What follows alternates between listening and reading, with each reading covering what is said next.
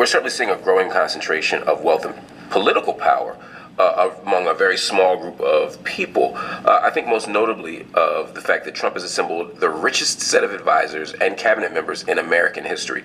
They're worth a collective $450 billion. And of course, there's increased corporate influence and billionaire influence over the Democrats, the Republicans, over the whole political scene.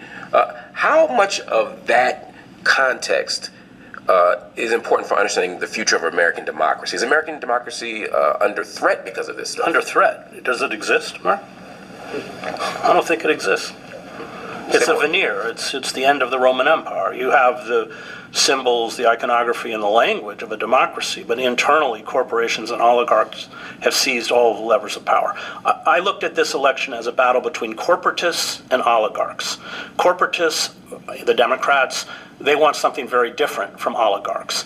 Corporatists want stability, they want decorum, the kind of decorum that Obama had or Bush had, or Bush was an idiot, but at least he had some, they could clean him up a little bit. And Biden, whatever his cognitive failings were, because they want stability, especially in terms of trade agreements, because they make investments overseas. It takes a while for a return on a profit. Corporatists want something different from oligarchs.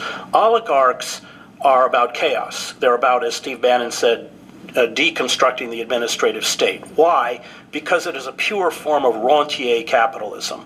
And by that I mean that they make their money by setting up toll booths, Amazon, all of these digital media platforms. It's not about producing goods. And the more that the state is deconstructed, that's why they want to abolish the Department of Education. Everything that we need as a civil society becomes privatized. And you see it in, I wrote a book called America, the Farewell Tour. It begins in Scranton, Pennsylvania, where everything, the sewer system's privatized, the parking authority is privatized, the electricity is privatized, and of course they've jacked up the rates. And the services are not very good. And they want to privatize the post office so we can have a dysfunctional post office like the UK, which is privatized. And so that's what oligarchs want. And the oligarchs have won. They won.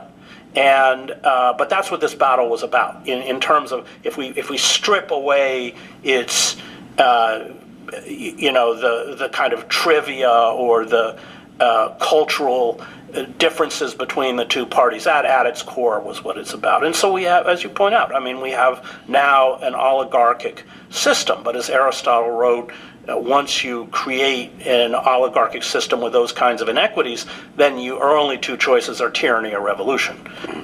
You talk about people choosing fascism. People, or the conditions being set for people to almost have no alternative choice. And you've written about this idea. You wrote an article, in fact, that I thought was super interesting, how fascism came. Now, that term itself has its roots in Mussolini's authoritarian rule during World War I. I think of brutal oppression. I think of the crushing of dissent. Is it not hyperbolic at this moment in history to say that that's what we're facing here?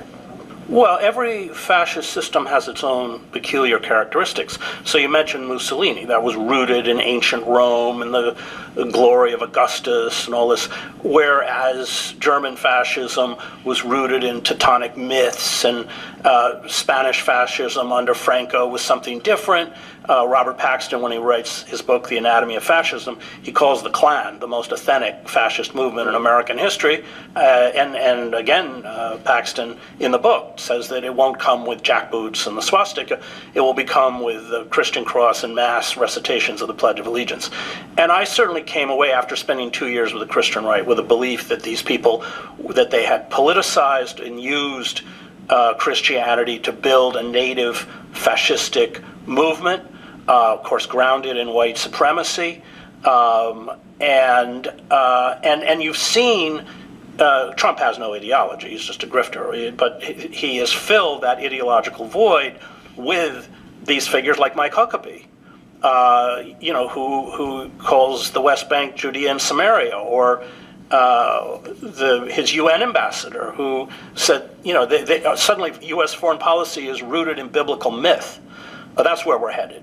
And so, yes, I see it as, especially as the system disintegrates. And in terms of voting for, well, I mean, any totalitarian movement is grounded in magical thinking.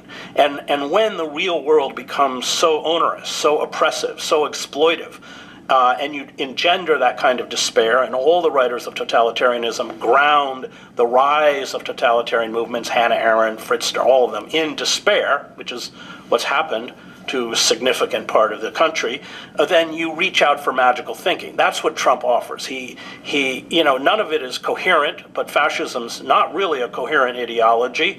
Thesselwaite, in his book Male Fantasy, talks about how it's really, at its core, about hypermasculinity. If you look at Trump as a cult figure, in Margaret Singer's book, Cults and Our Myths, it's about endowing your cultish leader with omnipotent power to do anything. But let me push back a little bit, because I hear